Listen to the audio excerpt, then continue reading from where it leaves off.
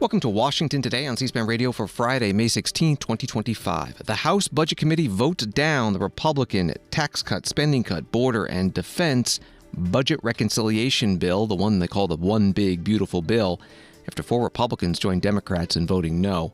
Discussions over disagreements continue, and the committee has scheduled another meeting for late Sunday night. President Donald Trump finishes up his Middle East trip at a business breakfast in United Arab Emirates, saying that UAE could buy advanced computer chips for their AI development from the United States. Russian and Ukrainian officials hold peace talks in Turkey, no ceasefire announced. President Trump also asked today about his desire to meet with Russian President Vladimir Putin to settle the matter for good.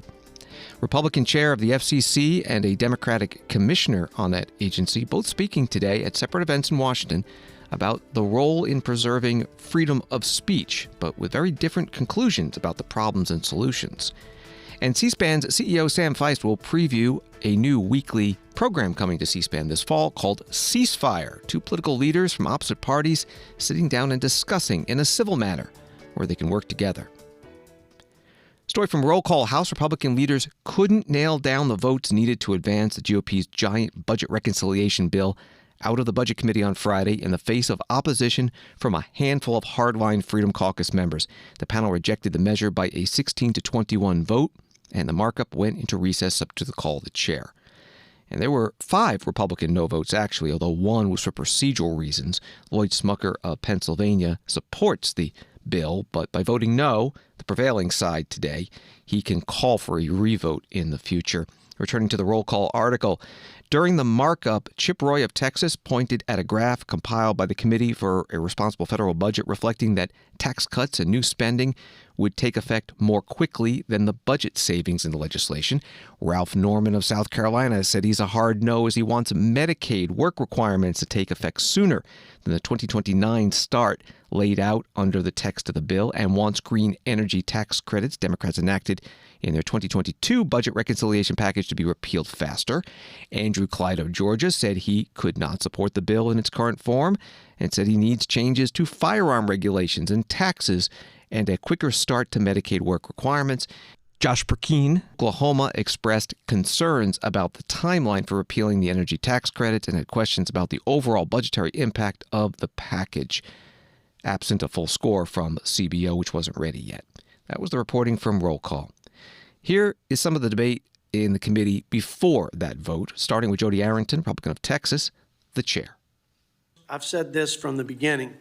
This reconciliation bill is the principal legislative vehicle for advancing the full America First agenda to realize President Trump's vision and the House Republicans' unwavering commitment to making America safe and prosperous again. How?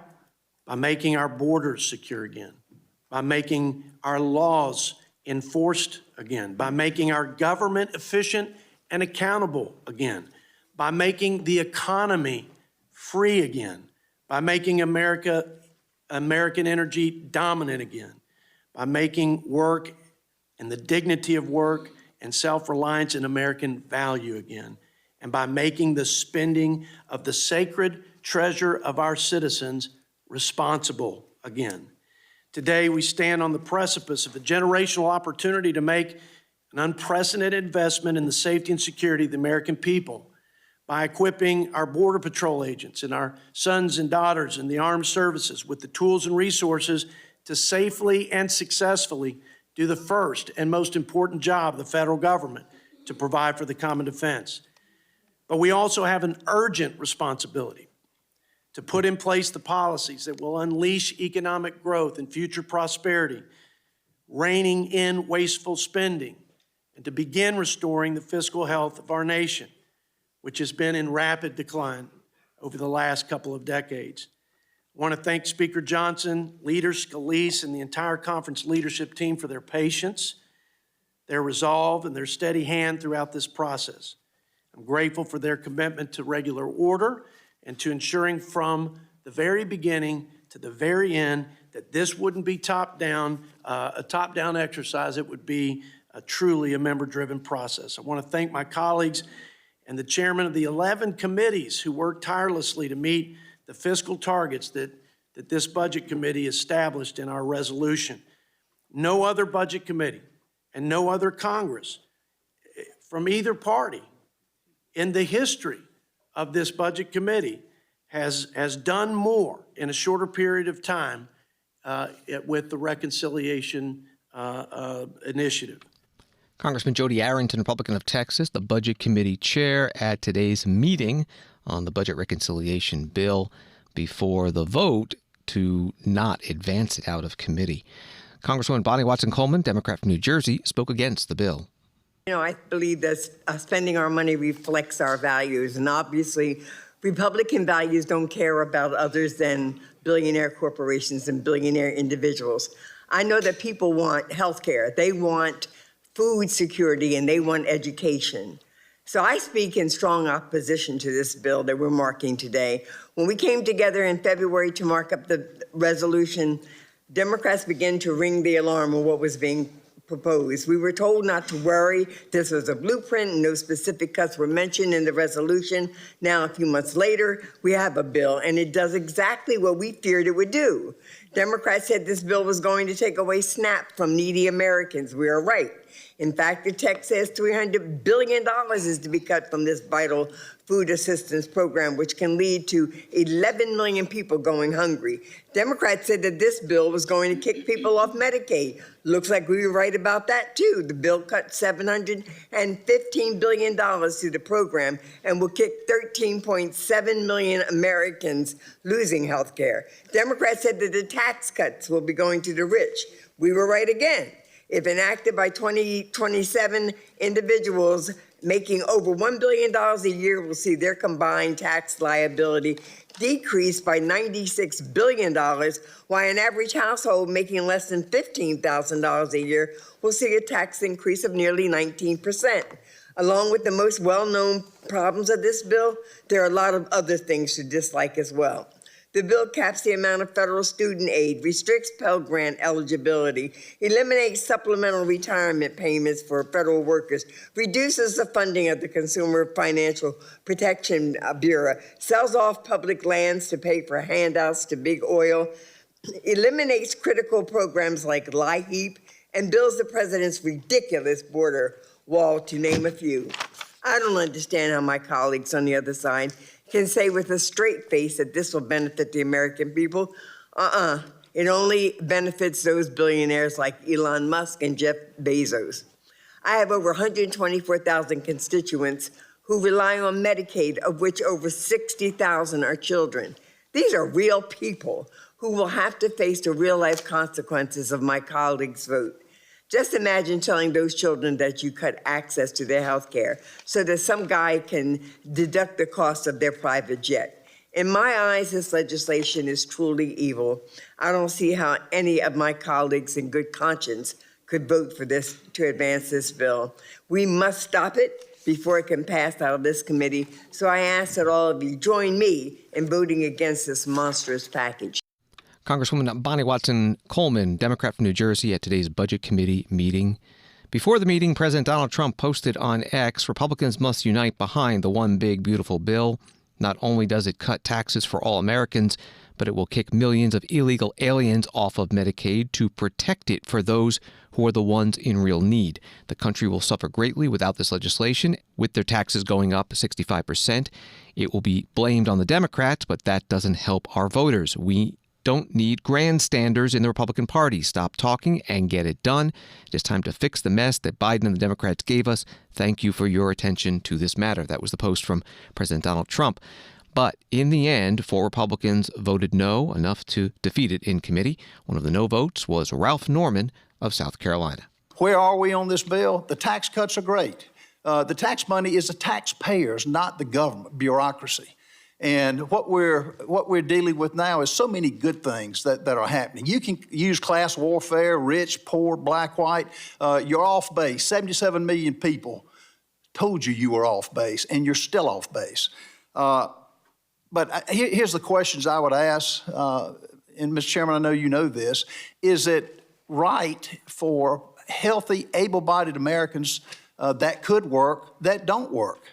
There's over 25 million healthy, able-bodied Americans that don't work. Is it right for them to have a paycheck? I don't think so. Is it right if you're an illegal alien, which the right side of this aisle, my Democrat friends led in this country, if you're an illegal, is it right to have illegals cashing checks with money we don't have? And to phase this in for 4 years, we're telling a healthy body, healthy American that you got 4 years to get a job? No, the payment stops now. If you're an illegal, the payment stops now. On the IRA, a lot of these credits have been in existence for 30 and 40 years. And you're talking about giveaways. We want to help those who really need help. And that's what we are. That's the heart of this. Sadly, I'm a hard no until we get this ironed out. And I think we can. We made progress, but it just takes time. And it's time that if we're going to continue to have just what I mentioned, able-bodied Americans getting checks, illegals getting checks, subsidies that go to corporations that shouldn't get them, I'm out. So thank you Mr. Chairman, again, for what you've done, and thank you for this Budget Committee. Congressman Ralph Norman, Republican of South Carolina, at today's Budget Committee meeting. He and a few other Republican no votes led to the bill being voted down. This is the committee clerk announcing the result, and then you'll hear from the chair, Jody Arrington. The clerk shall report. Mr. Chair, on the vote, there were 16 ayes and 21 noes. Well, the noes have it. The committee stands in recess, subject to the call of the chair. I want to thank everybody for their time and patience, and Godspeed and safe travels. A few seconds after the Budget Committee Chair, Jody Arrington, hit that gavel, he let the other members of Congress in the room know the expected schedule for taking up this bill. Hey, for the members, listen up. I do not anticipate us coming back today. I've had some questions. I know most of you are trying to get home. Go home. I'll let you know this weekend if we're going to return first thing Monday. I think that's the goal at this point. But just know that the weekend is yours and your families, okay? Thank you. Thank you, Chairman. The House Budget Committee Chair, Jody Arrington, Republican from Texas. Later, there was an announcement that the House Budget Committee would meet on Sunday at 10 p.m. Eastern. The House Freedom Caucus, writing on X, Congressman Roy Norman Perkine and Clyde and others continue to work in good faith to enact the president's big, beautiful bill. We were making progress before the vote in the Budget Committee, and we will continue negotiations to further improve the reconciliation package. We are not going anywhere, and we will continue to work through the weekend. And one more paragraph from the roll call article on today's meeting. The largest outstanding issue remains the state and local tax deduction, with Republicans from New York leading the charge to raise the cap from the $30,000 level in the current bill. However, none of the leading voices to raise that cap sit on the Budget Committee, making the conservatives a bigger concern Friday morning. Again, that was from a roll call. The House Majority Leader Steve Scalise, Republican from Louisiana, spoke to reporters outside the Budget Committee after meeting privately. This was before the vote on that bill, meeting privately with some of those members who were opposed. We're all in agreement on the reforms we want to make. We want to have work requirements. We want to phase out a lot of these green subsidies. You know, how quickly can you get it done? And it's not as quickly as saying you just turn it off tomorrow. Some things the administration does have to actually create a process to implement it, and we want to make sure that the Trump administration has the time they need while pushing them as fast as possible. So those are the conversations we're having, and we're making a lot of progress. Have you spoken to the president at all? Do you expect the president to weigh in? The president's been following all this very closely. I know he's coming back from a foreign trip, so you know he's going to be actively engaged, as he has the whole way through this process. Do you want the committee to work today? I'd like the committee to keep doing its work, and they are. I'm glad they started today. I know there were some questions yesterday of, you know, the committee might be canceled. We didn't want that to happen, and they met. And I appreciate Chairman Arrington's aggressive approach, too. Chairman Arrington wants to keep this bill moving. There's going to be work to be done in the Rules Committee. We already knew that. You know, issues like SALT are still going to be worked through the weekend. We're having conversations as we go through the weekend to resolve SALT. That's going to be addressed in the Rules Committee. So there were already some items that we were going to take up when Rules meets. These are a couple of additional items, just reworking the timelines of implementation. But that's Rules, that's not Budget. Budget doesn't have that ability to make any changes to the bill. They're pulling it all together. Congressman Steve Scalise, Republican from Louisiana, the House Majority Leader, meeting with reporters before the House Budget Committee voted not to advance the budget reconciliation bill. C-SPAN's Capitol Hill producer Craig Kaplan writing on X that Congressman Scalise, immediately after the House GOP budget reconciliation bill meeting where the SALT cap and work requirements were discussed, bringing this bill to the floor next week, is still on track. We're still moving forward with the timeline. The bill will be on the floor next week. Again, the House Budget Committee will be meeting Sunday, 10 p.m. Eastern. Wall Street today, the Dow up 331, NASDAQ up 98, and S&P up 41. ABC News reports that consumer attitudes soured in May for the fourth consecutive month, even as President Donald Trump dialed back some tariffs. The reading came in below the level economists expected. Shopper sentiment now hovers near the lowest level since a severe bout of inflation 3 years ago. University of Michigan survey data on Friday showed. Before that, the measure of consumer attitudes hadn't ever fallen this low. That was from ABC News. From CNBC, the U.S. and United Arab Emirates are working on a path to allow Abu Dhabi to purchase some of the most advanced American-made semiconductors for its AI development, U.S. President Donald Trump said from the Emirati capital Friday. President Trump spoke at the U.S.-UAE Business Council breakfast on the final day of his 4-day trip to the Middle East. We started it 8 years ago, the relationship, then it was interrupted, as you know, it was sadly interrupted, and not much happened. Nothing happened, actually. But the relationship is now at a much higher level than it ever was, and it's going to only go in one direction because of the relationship. We have American companies, we have Exxon, Oracle, RTX, Qualcomm, and many others, too many to name. Disney, I see the new theme park is going to be incredible. Bob Iger was in my office the other day, and he was showing it to me. It's going to be incredible.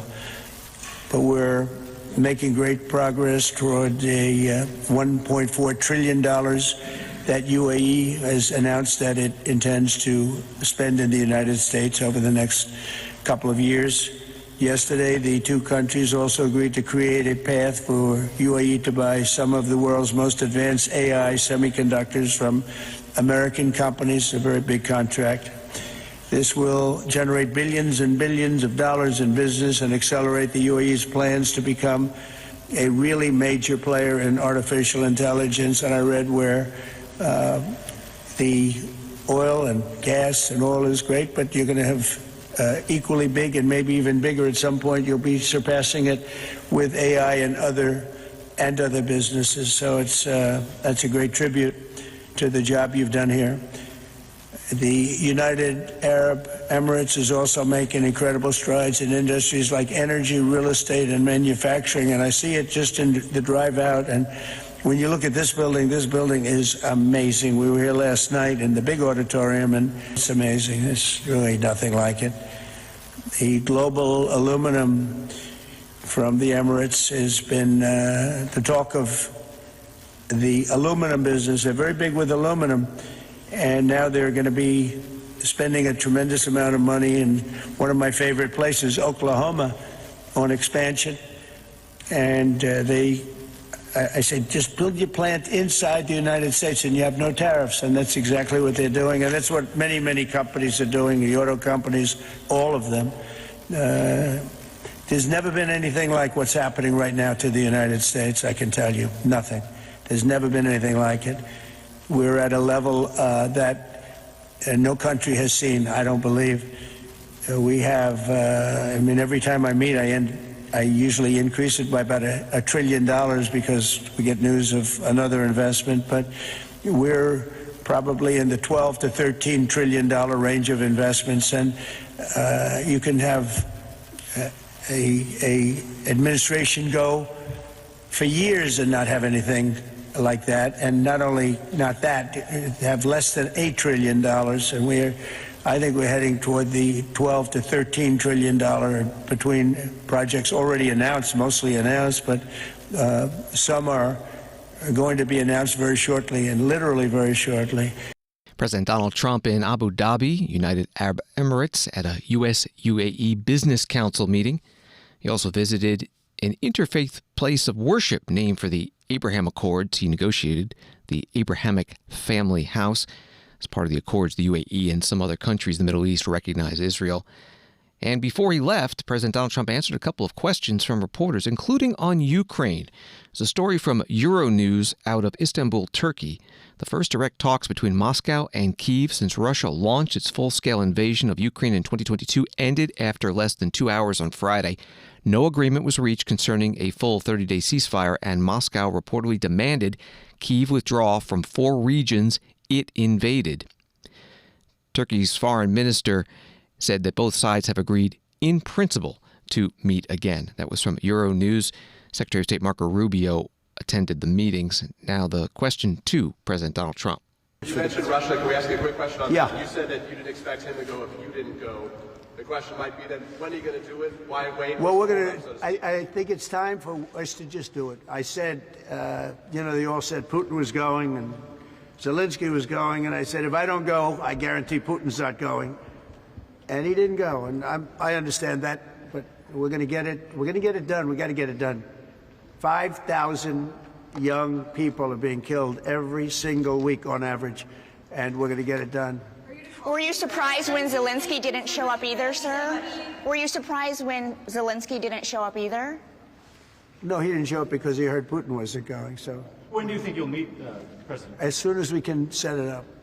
I would actually leave here and go. I do want to see my beautiful grandson, it's a son, and we'll be doing that. But I will tell you that the world is a much safer place right now, and I think in 2 or 3 weeks we could have it be a much, much safer place. We're going to handle a couple of situations that you have here. We have some very serious situations, and we're looking at Gaza, and we got to get that taken care of. A lot of people are starving. A lot of people there's a lot of bad things going on. President Donald Trump in United Arab Emirates, concluding his 4-day trip to the Middle East, and he's now heading back to the United States. Story from Associated Press. President Donald Trump had more frequent exchanges with reporters during his first 100 days in office than any of his 6 predecessors, a study has found. Trump's 129 interactions through news conferences or interviews averaged nearly 2 each workday, according to Martha George Kumar, director of the White House Transition Project. Trump's favored venue is short question and answer session with reporters, 40 of them in the Oval Office. That was from AP. This is Washington Today. A story from CBS News. A federal judge grew frustrated with the Trump administration Friday as it pushed to withhold details on what it had done to reverse the deportation of Kilmar Abrego Garcia, who was sent to a prison in El Salvador as a result of a, quote, administrative error. The U.S. District Judge ordered the government to facilitate Abrego Garcia's return to the U.S. last month and has sparred with the administration since then, ordering government lawyers to produce details on their efforts and accusing them of failing to adequately comply. Attorney Andrew Rossman said he and the rest of the legal team seeking to return Abrego Garcia have hit a roadblock in discovery efforts as the Justice Department has invoked the state secrets privilege and other privileges to withhold information in the case. Rossman cited a paltry number of documents provided during the court-ordered fact-finding. That was from CBS News. While that was happening outside, there was a rally. It was U.S. District Court in Greenbelt, Maryland, and one of the speakers, Congressman Glenn Ivey, Democrat of Maryland. Bring him home! Bring him home! Bring him home! Bring him home! Bring him home! Bring him home now! Bring him home now! The Supreme Court ruled months ago that it was time to bring him home. Donald Trump admitted in an interview that he had the power to bring him home, but he hasn't done it yet.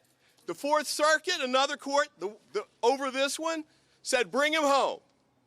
Bring him home, follow the judicial orders, let's get on it. He hasn't done it yet. But you know what?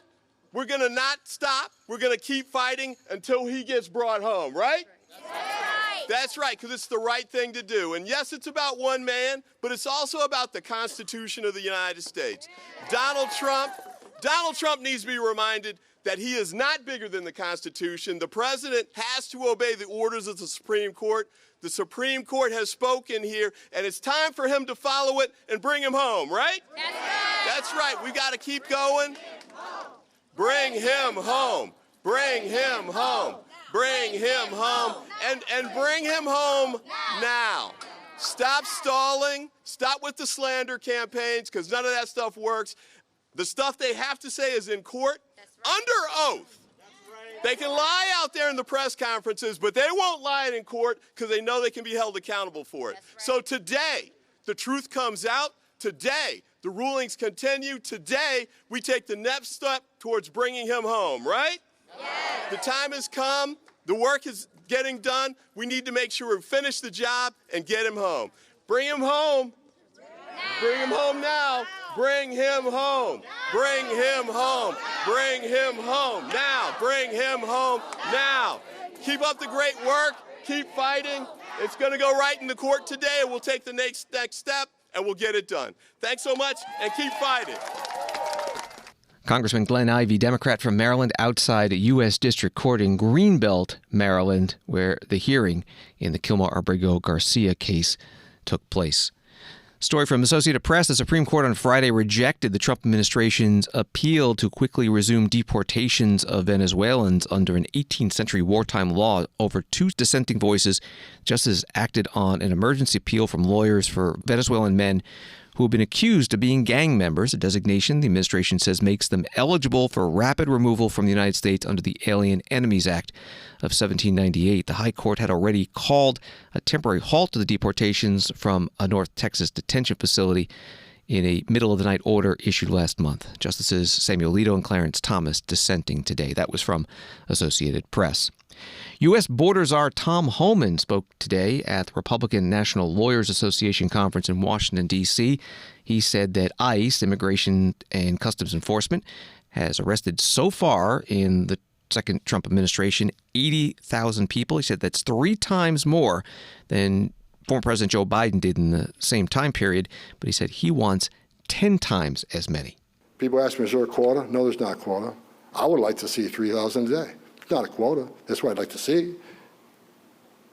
What's the quota? Arrest every single one you find. That's my quota.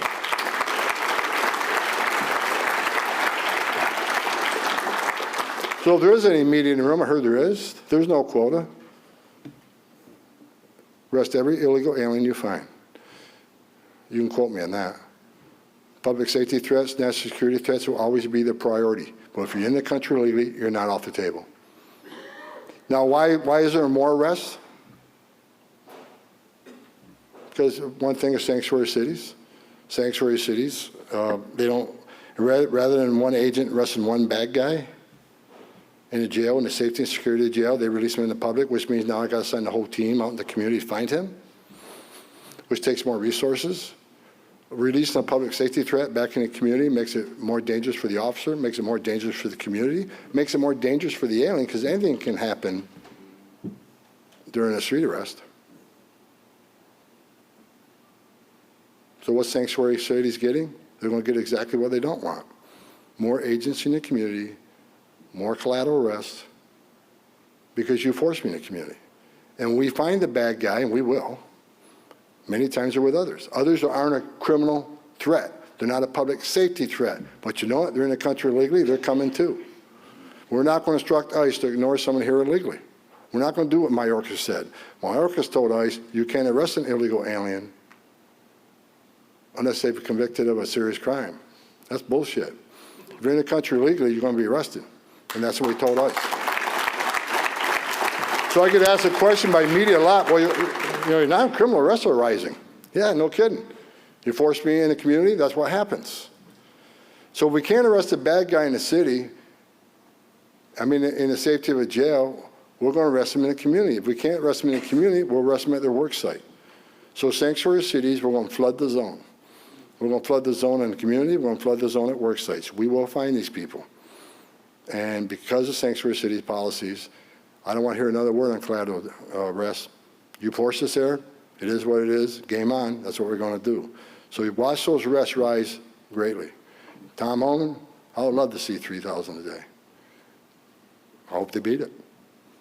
But when they come home at the end of the day and ain't 3,000 and it's 1,100, as long as they did everything they could, arrested as many as they could, I'm happy with that.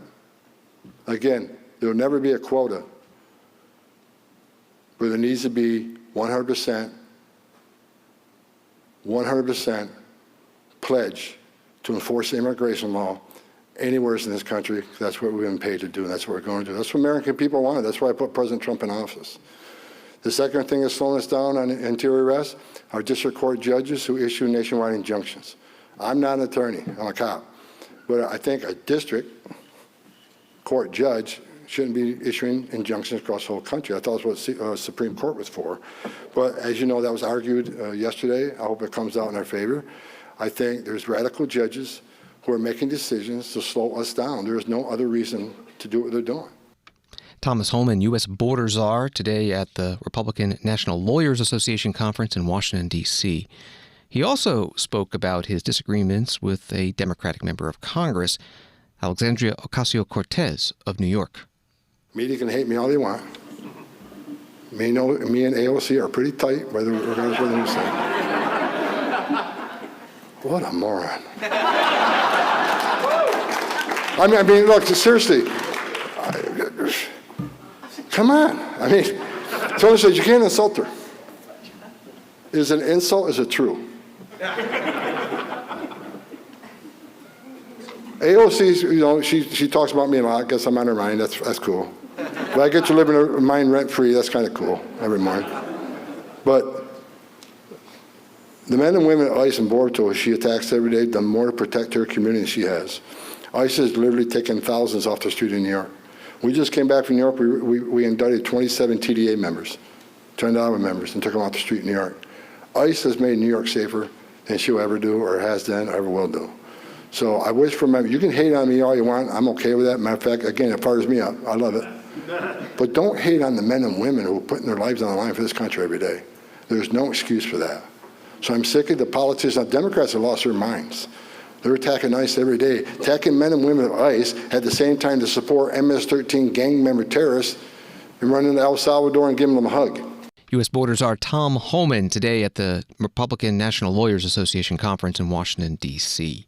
The story from the New York Times, the Department of Homeland Security is considering taking part in a television program that would have immigrants go through a series of challenges to get American citizenship, officials said on Friday. The challenges would be based on various American traditions and customs, said Tricia McLaughlin, a spokeswoman for the agency. She said the department was still reviewing the idea, which she spoke about several weeks ago with a producer named Rob Warsoff. She said the pitch generally was a celebration of being an American and what a privilege it is to be able to be a citizen of the United States of America. It's important to revive civic duty. That was from the New York Times. Washington Today continues in a moment. Democracy. It isn't just an idea. It's a process shaped by leaders elected to the highest offices and entrusted to a select few with guarding its basic principles. It's where debates unfold, decisions are made, and the nation's course is charted. Democracy in real time. This is your government at work. This is C-SPAN, giving you your democracy unfiltered.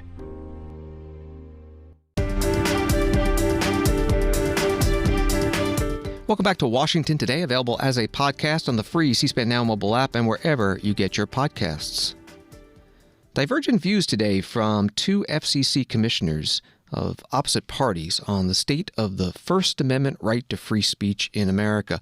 Commissioner Ana Gomez, a Democrat, says the FCC, under the chairman, Brendan Carr, Republican, has been weaponized to chill speech and punish the media, turning the agency from an independent regulator to an instrument of political censorship. Chairman Carr says the FCC is responding to what had been censorship of free speech the past number of years under the Biden administration and big technology companies. First, we hear from Commissioner Ana Gomez at the Competitive Enterprise Institute in Washington, the event co-hosted by Tech Freedom. The FCC's licensing authority is being weaponized to chill speech and to punish the press. We are witnessing a dangerous precedent, the transformation of an independent regulator into an instrument of political censorship. This FCC has made clear that it will go after any news outlet that dares to report the truth, if that truth is unfavorable or inconvenient to this administration. This isn't the first time the FCC has faced administration pressure to weaponize its broadcast licensing authority. Both FDR and Kennedy attempted to pressure the FCC chairs to silence voices that criticized the president and his administration. In both cases, the FCC chairs stood up for the integrity of the agency and refused to capitulate. That is what courage looks like. FCC chairs refusing to wield the agency's licensing authority as a weapon in contravention of the First Amendment and the Communications Act, even in the face of political pressure. And I want to be clear.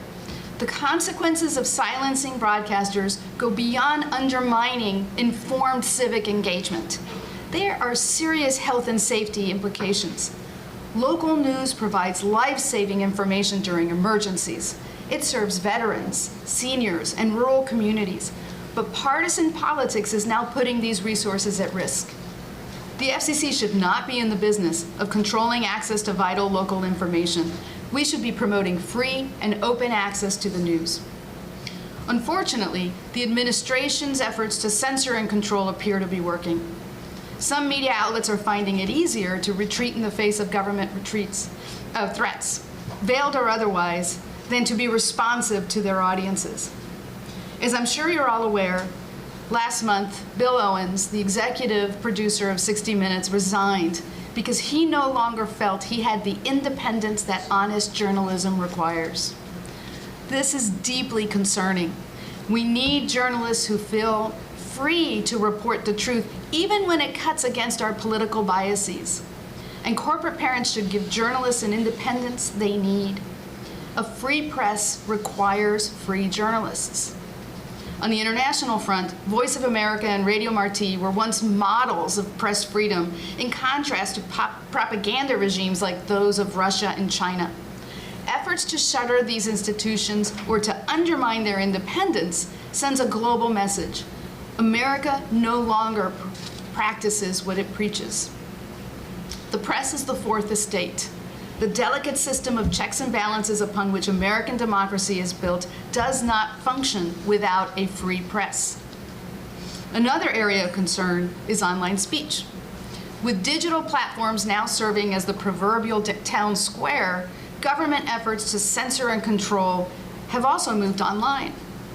I'm talking about the efforts to reinterpret or undermine Section 230. Just as the administration is attacking journalists that hold it to account, it is also attacking digital media platforms that provide fact-checking and content moderation that users want. Claiming such user-supported moderation constitutes censorship, the administration has pressured social media companies to stop these practices. FCC Commissioner Ana Gomez, a Democrat, at an event co-hosted by Tech Freedom and the Competitive Enterprise Institute, held at CEI in Washington. The FCC chair, Brendan Carr, Republican, also spoke about the First Amendment and online speech today. He was at the Republican National Lawyers Association conference in Washington. As a lot of you know from your own personal experience, in this country, we lived through a massive wave of censorship. It really accelerated at the beginning of COVID-19. Anytime that you have an increase in government control, you necessarily have a decrease in free speech, because free speech is the check on excessive government actions. And what happened over these years was that a censorship cartel materialized. It covered lots of different features. On the one hand, you had social media companies like Facebook, at least prior to the Zuckerberg letter, choosing to censor the speech of Americans. You couldn't talk about potential origins of COVID-19, one of the most significant public health or other issues that we have confronted in a long time. Discussions about many core topics about medicine, completely censored. But they weren't acting alone. As a lot of the investigative reports have shown, the Biden administration was expressly pressuring social media companies to censor disfavored political speech. But it didn't stop there. You had a cohort of advertising and marketing companies, entities with a lot of power, that were diverting ad dollars and otherwise demonetizing both individuals and platforms that dare to allow people to express themselves. And again, free speech is core to what we are as a country. It's how we solve our most pressing problems as we think about things from different perspectives. We toss out different ideas. We think about new things. And all of that was immensely stifled during the last few years. And it wasn't just domestic either. Look at foreign governments. All across the globe, this wave of censorship was surging. You saw it in Brazil. They have a Justice de Morais on their version of the Supreme Court who effectively shut down Twitter and took punitive actions against other social media companies if those companies didn't censor political speech. The FCC chair, Brendan Carr, later in his remarks, he said the FCC is committed to addressing this issue. And so one of the things that I am very committed to in this job is working to smash this censorship cartel. And thankfully, I'm not alone. This is something that President Trump has been leading on, and it's something that we have officials across the government that are working on. Just recently, I held an event over at the Department of Justice with Gail Slater, the head of antitrust, with my counterpart at the Federal Trade Commission, Chairman Andrew Ferguson.